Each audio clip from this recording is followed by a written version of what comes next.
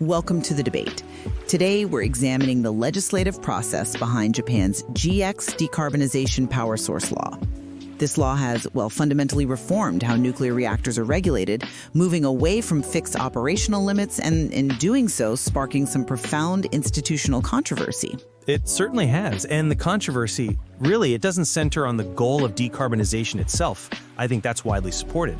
But on the, let's say, the procedural and institutional costs of getting this law passed. We're looking at that critical post-Fukushima separation principle, the firewall between the utilization side, that's the energy agency, or NHO, and the supposedly independent regulatory side, the Nuclear Regulation Authority, the NRA. So the central question we really have to get into, which comes directly from all the scrutiny of this process, is this.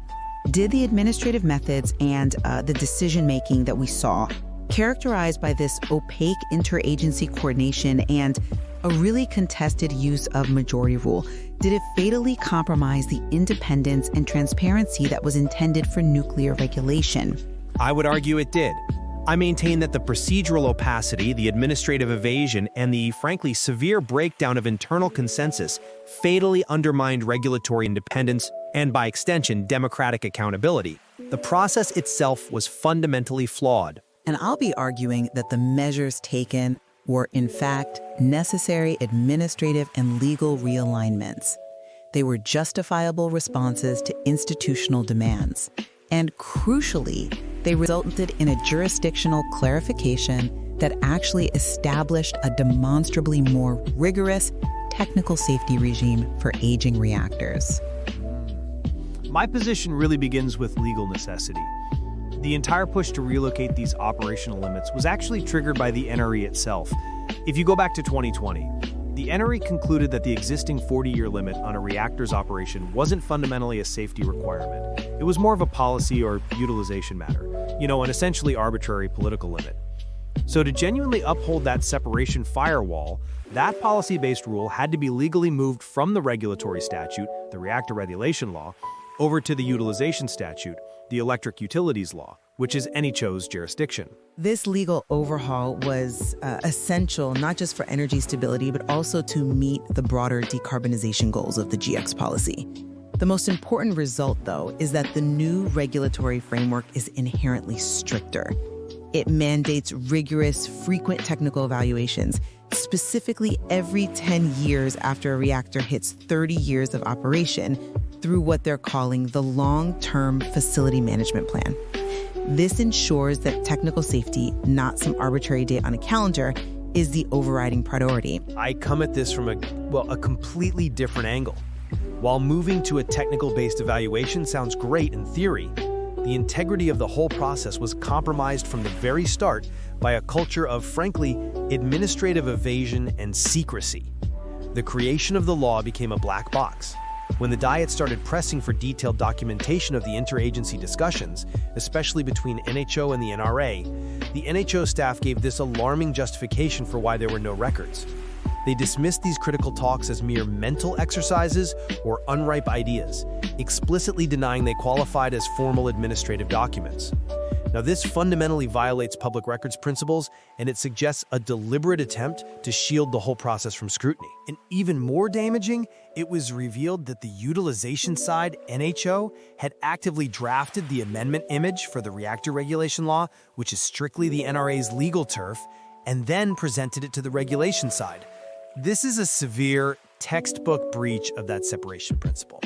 We just can't judge the system's health solely by the final text of the law. We have to judge it by its adherence to transparent, independent processes. Okay, so let's drill down right into that core institutional breach, the integrity of regulatory separation.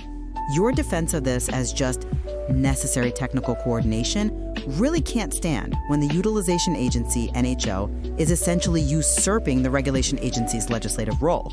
It was confirmed that NHO drafted that amendment image for the Reactor Regulation Law. Internally within the NRA, their own discussions acknowledged this was an extraordinary act of overreach, with officials even noting they should have rejected it outright.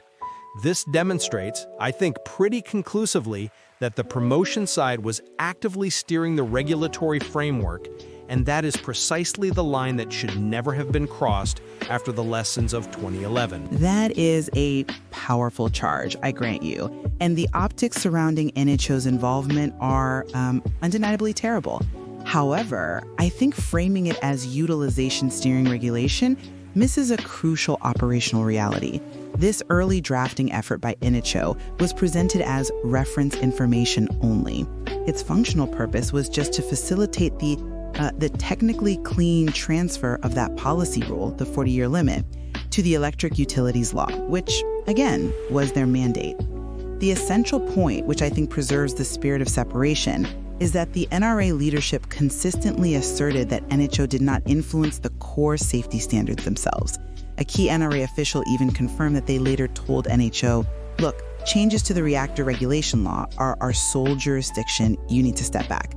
The separation was maintained where it mattered most, in setting the actual technical safety requirements. And that takes us directly to the governance crisis you mentioned inside the Nuclear Regulation Authority. I agree the decision process was contentious. The new regulations were reached after a pretty substantial internal debate. We're talking 9 rounds of deliberation over 5 months. And yes, the final vote was 4-1. But the NRA is legally set up as a collegial body. It has the full legal authority to use majority votes to formalize decisions. I'd argue this majority vote was necessary to formalize a scientifically justified regulatory shift, moving the NRA away from an arbitrary fixed political period to a technical condition-based review system. Holding on to an arbitrary 40-year limit just for political consensus is not scientifically rigorous. The majority vote in this case allowed the NRA to follow the science. That's an interesting defense, that the vote was a necessary functional decision, but I would frame it very differently. Historically, fundamental safety decisions inside the NRA relied almost entirely on a tradition of unanimous agreement. And why? Because public trust in nuclear safety requires that the whole body of scientific experts stands together. The sudden forced 4-1 majority vote signals a profound internal fracture, which I believe was driven by external political pressure tied to the GX schedule and energy goals. This pressure essentially hastened the scientific independence of the NRA. And what's more, the dissenting member, Commissioner Ishiwatari, argued that claiming the new system was strict regulation was basically meaningless because the concrete specifics of that long-term facility management plan, the actual technical roadmap for assessing aging reactors, had not yet been fully defined or approved by the board. This isn't just a governance problem, it is the expert body sacrificing its own internal rigor and scientific certainty to meet an external political deadline. And we just can't overlook the culture of transparency here, or more accurately, the complete lack of it. The systematic failure to document discussions by using that mental exercise loophole isn't just poor administration. It looks like a systemic strategy to avoid public accountability. This culture of deliberate avoidance is best illustrated by the infamous station handover. Documents for 7 critical, non-public, inter-agency meetings were literally exchanged at a train station. It's astonishing. You have the highest levels of government exchanging critical policy documents on a public train platform. The excuses that they were avoiding secure email or that office visits were inconvenient, it just strains all credibility. The former NRA chair initially tried to defend this as the custom, before he had to concede that, quote, normal people don't exchange documents at a station. This deliberate secrecy, right after a reform meant to increase transparency, suggests the new rules were immediately rendered, well, a mere formality. I'm not convinced that a few instances of extremely poor organizational culture equate to the subversion of the entire regulatory framework. Look, the station handover and the initial denials were regrettable procedural errors, and they created disastrous optics. I completely agree. But we have to differentiate between poor record-keeping practices and malicious regulatory failure. The administrative staff defended their actions under the Public Documents Management Law, arguing that personal memos and internal contacts aren't legally required to be documented as formal administrative documents if they're considered preliminary. This points to a deeply ingrained flaw in Japan's bureaucratic culture around informal talks, yes, but here is the critical rebuttal. The documents related to those 7 meetings were eventually submitted to the Diet, albeit late. This proves the core information was retained, not permanently suppressed. The process was flawed, it was secretive, But the fundamental safety standards were, in the end, legally established by the NRA after 5 months of debate. But that secrecy undermined the very legitimacy of the process. If the utilization side is drafting the regulatory law, and the regulatory side is making decisions under a cloud of secrecy, exchanging documents at train stations, how can the public possibly trust that the separation firewall holds? Sure, the lost transfer might have been necessary, but the way it was executed severely damaged the institutional trust that was only painstakingly being rebuilt after Fukushima. When the regulation body fractures its own internal consensus with that 4-to-1 vote and proceeds with key safety standards still left undefined, the result is a sacrifice of procedural integrity for political expediency. Expediency, perhaps, but also necessity.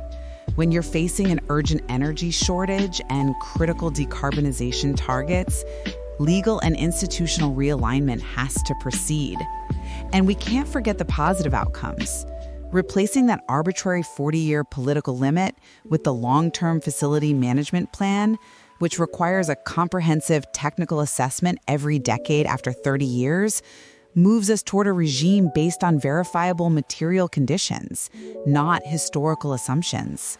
The content of the safety regime is what matters most in the end. And that content is demonstrably more rigorous now. So, to summarize my position, navigating the complexities of modern energy policy requires legal coherence across government agencies. And the need for this transfer was in fact initiated by the regulator itself. Despite the undeniable, severe procedural missteps and the terrible optics around their documentation practices, the core objective of clarifying jurisdictional separation was met. And crucially, the resulting safety outcome is a more robust technology-based review schedule for aging reactors, replacing an arbitrary time limit. This was a necessary step to secure a stable energy supply while prioritizing technical safety. And from my perspective, what this material overwhelmingly reveals is that the administrative culture remains hostile to the kind of deep transparency that was mandated post-Fukushima. The utilization side encroached on regulation by drafting the law, key records were suppressed through that mental exercise loophole, and the regulatory body's own collegial governance was fractured by a forced majority vote to meet external political deadlines. The institutional risk posed by this lack of public accountability in setting long-term nuclear safety policy, I think, far outweighs the claimed benefit of a new technical plan whose core specifics were, at the time, still undefined. This whole debate shows that even when facing urgent energy challenges like decarbonization and security, that trade-off between procedural transparency and policy implementation is incredibly difficult. It forces us to decide which foundational principles we're willing to risk when speed is paramount. Exactly. We are left to weigh institutional integrity against urgent policy goals, and clearly that tension is still very much active in the legislative history of this law.